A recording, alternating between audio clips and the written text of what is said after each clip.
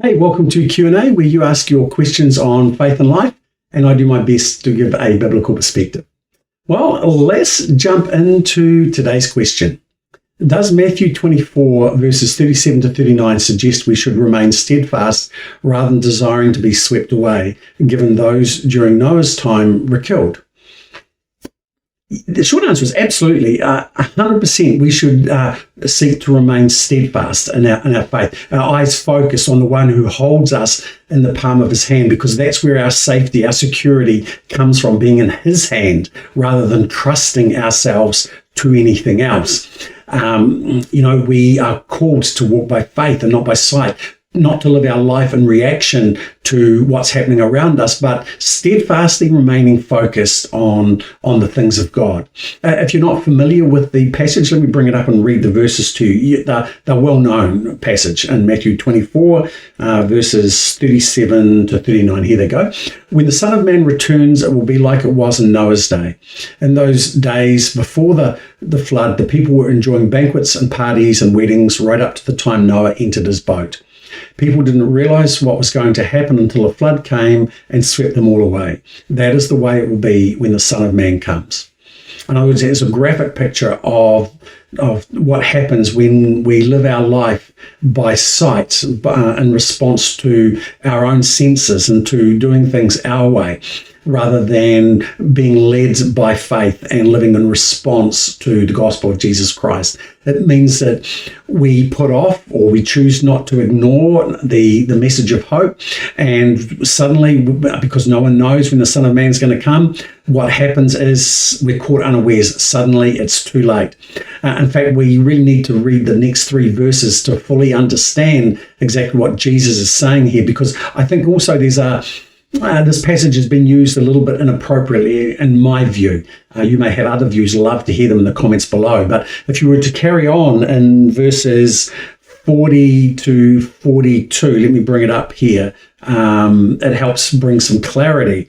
Two men will be working in the field. One will be taken, the other left. Two women will be grinding flour at the mill. One will be taken, the other left.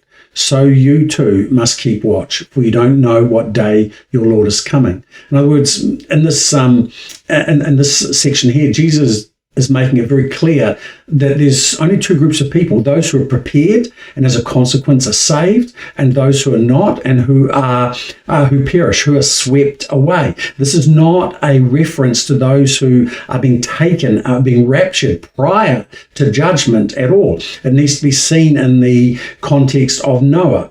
The safety was in the ark. Our safety is in Christ, and the reference there is the flood swept those people away into judgment, and here it's those who are taken are being taken into judgment. So this is a reference, a reminder, as you have asked me your question. This is your question: to stay steadfast, to stay resolute in our faith, trusting in Him and Him alone, not our circumstances.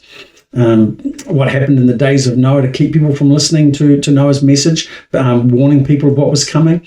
They were too caught up with their own lives, their own sense of what was right, what was wrong. They had their worldviews, their philosophies, their ideologies, and that shaped the way they saw and heard things. And it's the same today too. There are two groups of people: those who are steadfast in their faith and they are tuned into Him, and no matter what's happening, they are led by faith in Christ. And there are those who, well, I believe, or they just think belief is an archaic thing, and we don't know when the Lord's going to return, but when He is, judgment will happen, and it's too late. It reminds me of that passage in Matthew 13, which is, again, helps us see that this is not a reference to the rapture and tribulation. It's Matthew 13 is that parable about the wheat and the weeds, or the wheat and the tares, as some of you may know it. And at the end, it talks about how the wheat is gathered up and is put into the barn, and the weeds or the tares are bundled up and consumed by fire.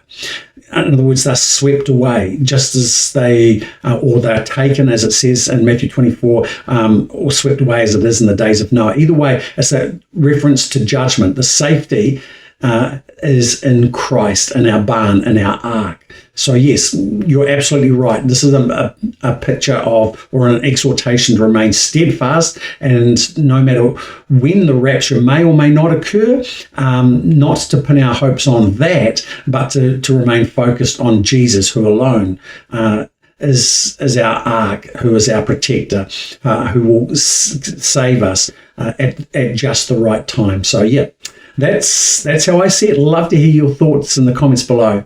But hey, if you've got a question on faith and life, jump over to slido.com, use the hashtag askhamish. We'll love to hear from you. But that's it for now. Until next time, God bless.